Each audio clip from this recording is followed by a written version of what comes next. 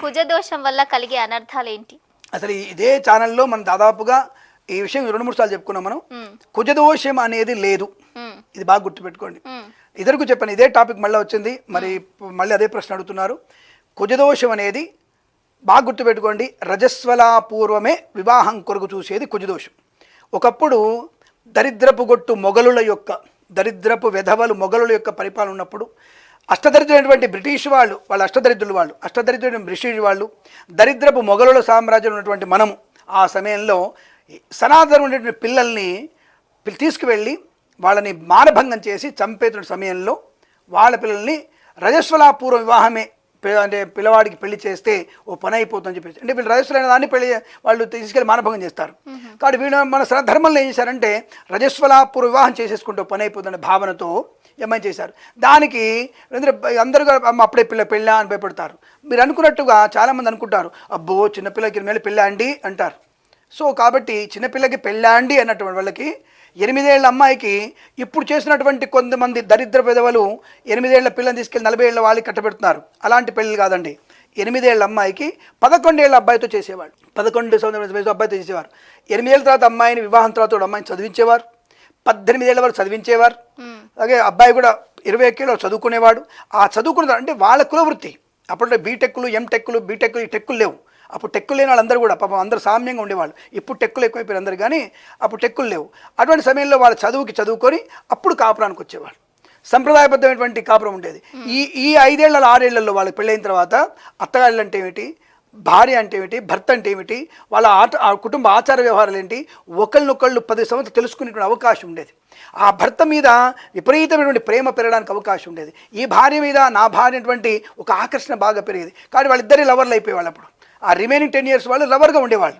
కాబట్టి పెళ్ళైన తర్వాత ఇద్దరి మధ్యలో ఎటువంటి సీక్రెట్స్ లేవు. There both are very happy. మన సంతానం వచ్చింది, బ్రహ్మాండంగా ఉన్నారు. ఎగ్జాంపుల్ మా నాన్న అమ్మగారికి ఎలా జరిగింది వివాహం, దానికి ఎటువంటి ఇబ్బంది, నాకు ఇబ్బంది పడేట్లు చెప్పడానికి.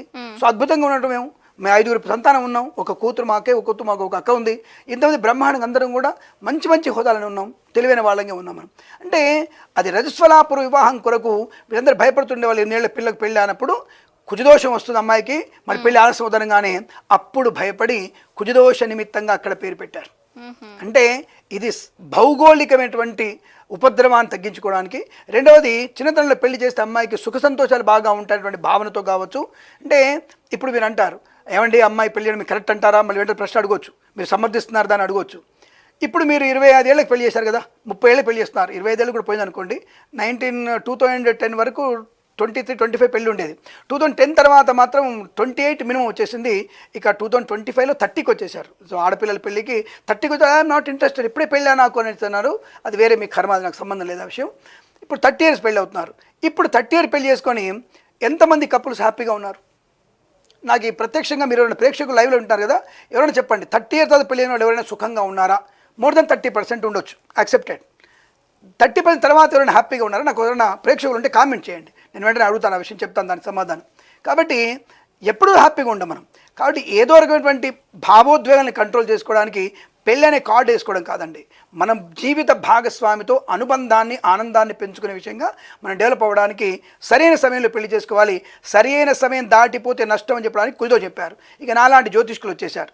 కుజుడు వచ్చేసి మీకు కుజుడు మీ జాతకంలో మీది మేషలగ్నం అండి, అష్టమంలో కుజుడున్నాడు, 2వ ఇంట కుజుడున్నాడు, 4వ ఇంట కుజుడున్నాడు, సప్తమ కుజుడండి, అబ్బబ్బబ్బబ్బ వేర్ల కుజుడండి. మీరు వెంటనే 2 లక్షలు ఖర్చు పెట్టి పూజ చేసుకోవాలండి. ఎక్కడికి వెళ్ళాలయ్యా? వెళ్ళదు, మా ఇంటికి రండి, శుభ్రంగా నేను విగ్రహం పెడతాను. సుబ్రహ్మణ్య విగ్రహానికి కందులతో పూజ, కందులతో హోమం, దర్భతో హోమం, సుబ్రహ్మణ్య స్వామి హోమాలు. కుదోషం పూర్తి 2-3 రోజులు చేసిన తర్వాత ఓం భీం భీం ఫట్ మీది అయిపోయింది, మీ కుదోషం పోయింది, పెళ్లి చేసుకోండి. మళ్ళీ మా దగ్గరికి వస్తారు 3 ఏళ్ల తర్వాత. గురుగారు అప్పుడెప్పుడో పెళ్ళి అన్నారండి, 2025లో మీరు పెళ్ళి అన్నారండి, మరి 2028 వచ్చిందండి, ఇంతలో మా అమ్మాయికి 33 ఏళ్ళు వచ్చాయండి, పెళ్ళి అవ్వలేదండి. ఏం చెప్తావు సమాధానం? అంటే అది కుజదోష ప్రభావం కాదు. కుజదోష ప్రభావం రజస్వలాపూర్వ వివాహానికి వరకు మాత్రమే. ఇప్పుడు మీరు చూడాల్సింది జన్మజాతకంలో అనేక గ్రహాల యొక్క ప్రభావాన్ని, సప్తమ స్థానాధిపతి శుక్రుడు ఎలా ఉన్నాడు, సహజ కలతగా ఎలా ఉన్నాడు, ఇవన్నీ అంచనా వేసి ముహూర్త సమయాన్ని, తల్లిదండ్రుల యొక్క పుణ్యబలాన్ని అన్నిటినీ అంచనా వేసి చెప్తేనే సరైనటువంటి పెళ్లి వివాహ సమయం వస్తుంది. వివాహ సమయం 21, 18, 21, 23, 25. 25 ఏళ్ళ తర్వాత పెళ్లి చేసుకునే వాళ్ళకి కొద్దిగా ఇబ్బందికర వాతావరణం, కొద్దిగా ఆటంకాలు ఎక్కువగా ఉంటాయి. 28 ఏళ్ళ తర్వాత పెళ్లి అనుకుంటే మాత్రం తప్పకుండా సెకండ్ హ్యాండ్ మొగుడు, సెకండ్ హ్యాండ్ భార్య వస్తుంది. ఇది గ్యారంటీ, గుర్తుపెట్టుకోండి. 28 ఇయర్స్ తర్వాత ఆఫ్టర్ మీరు you are not interested before 28 years but you will get a second hand husband, second hand women. ఇది మాత్రం గ్యారంటీ. ఇదేదో నేను లైవ్లో చెప్తాను, అందుకే నేను రికార్డెడ్ చెప్పట్లేదు, లైవ్లో చెప్తేనే మీకు అర్థమవుతుంది. 28 ఏళ్ళ తర్వాత పెళ్ళి అనేది అనర్థదాయకము. అది ఓవర్ మెచ్యూరిటీ అనుకుంటున్నారు, కానీ అది ఓవర్ఫ్లో లాగా అవుతుంది. అంటే బండికి ఇంధనం సరైనటువంటి పైపులో రావాలి, ఓవర్ఫ్లో అయితే సరిగ్గా రాదు, ఆగిపోద్ది బండి. ఇక్కడ కూడా 28 తర్వాత ఓవర్ మెచ్యూరిటీ అయిపోయి అది అమెరికా వెళ్ళి, రష్యా వెళ్ళి, I can speak different languages అంటూ మీరు చేసేటువంటి కొన్ని ఊహాత్మకమైనటువంటి జీవితాల్లో రియాలిటీ మర్చిపోతున్నారు. కాబట్టి before 25 years better for marriage. ఇది గుర్తుపెట్టుకోండి. దానికి ఎటువంటి కుజదోష సంబంధ నిమిత్తం లేదు. కాబట్టి మీరు ఆ విషయం గుర్తుపెట్టుకోండి. దీనికి పరిహారాలు ఉన్నాయి, మరొక ఎపిసోడ్లో మళ్ళీ పరిహారాలు చెప్పుకుంది.